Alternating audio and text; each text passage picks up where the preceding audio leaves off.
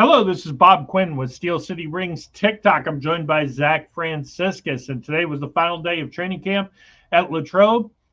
Injury bug bit the Steelers a little bit. Zach, tell us who's banged up.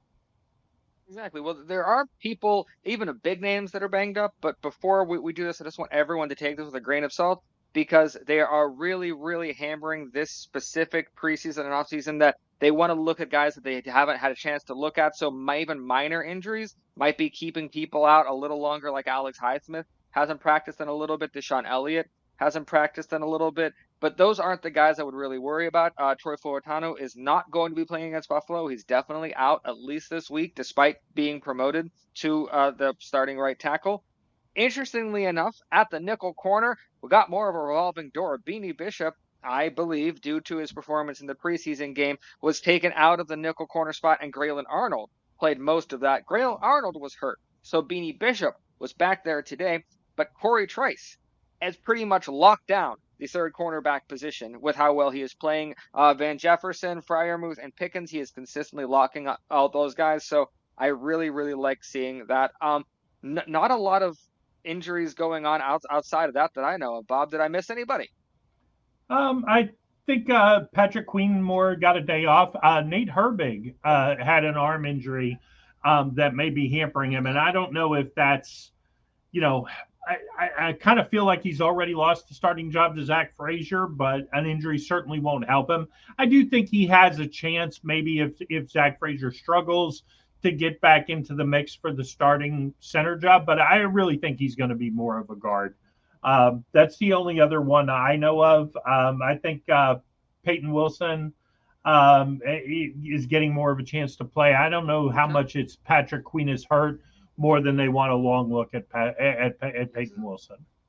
Exactly. And if you don't ever want to say an injury is good, but the timing can work out. And right now, we want to see Zach Frazier. So if Herbig, even minor, can't go, it's going to be Zach Frazier from the start at center, and we get to see him against some ones. And this is the second preseason game, so this is the dress rehearsal for modern preseason. So this is the one we're excited about. I do want to just touch on Justin Fields because why people are out to get Justin Fields. I understand that Chicago fans aren't particularly happy that we got him and he seems to be doing well, but this is from we won't ever want to just straight up bash somebody, but this particular Twitter account seems to be going after Justin Fields, and what he said is that he's doing so bad that now he has to take reps at wide receiver. That's not all. What happened, Bob? You want to explain what happened before I show this clip? Yeah, I mean, basically, last play of training camp, they just lined up having some fun. That Fields was out there. Look, we know how athletic Justin Fields is. We know that there was some consideration of him potentially running back kicks.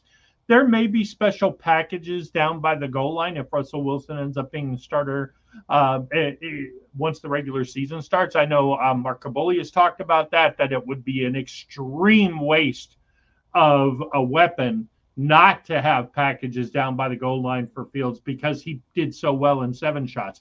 And if you look at it, you know, Chicago Bears fans, I understand they thought Justin Fields was going to break the curse that they had for 50, 60 years with their quarterbacks. I think Sid Luckman in the 40s might have been their last good quarterback. I understand, I get it, but let's not. You don't need to slander Fields. It's not the first time that they've slandered Fields. I know that account, and it's probably done in jest, in all fairness. But there's a lot of harsh feelings with the Bears fans. That account posted back on July 31st that Russell Wilson and Justin Fields got into a fist fight. They didn't, and Johnny on the Spot Steeler fan had Wilson circled in the background saying, "What are you talking about? He's not even involved." So I get it if there's if you're a fan of the team and the guy leaves the team, you got Caleb Williams now. So concentrate on that. Leave Justin Fields alone. Exactly. And what you're going to see in this clip is a starting quarterback throwing to a quarterback without a helmet on the very last play of a training camp that they both have competed heavily at. That's all you're going to see. You are not about to see a clip of a package where Justin Fields is specifically being used as a wide receiver.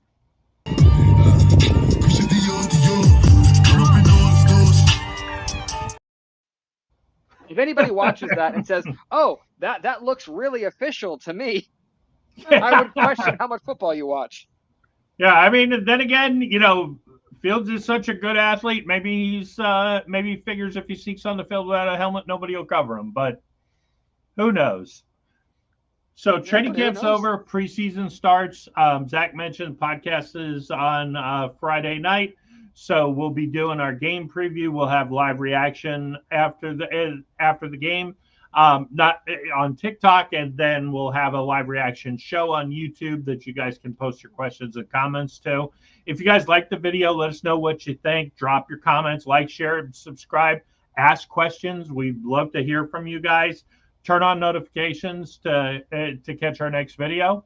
And don't forget to scan our link tree so you can follow us across social media.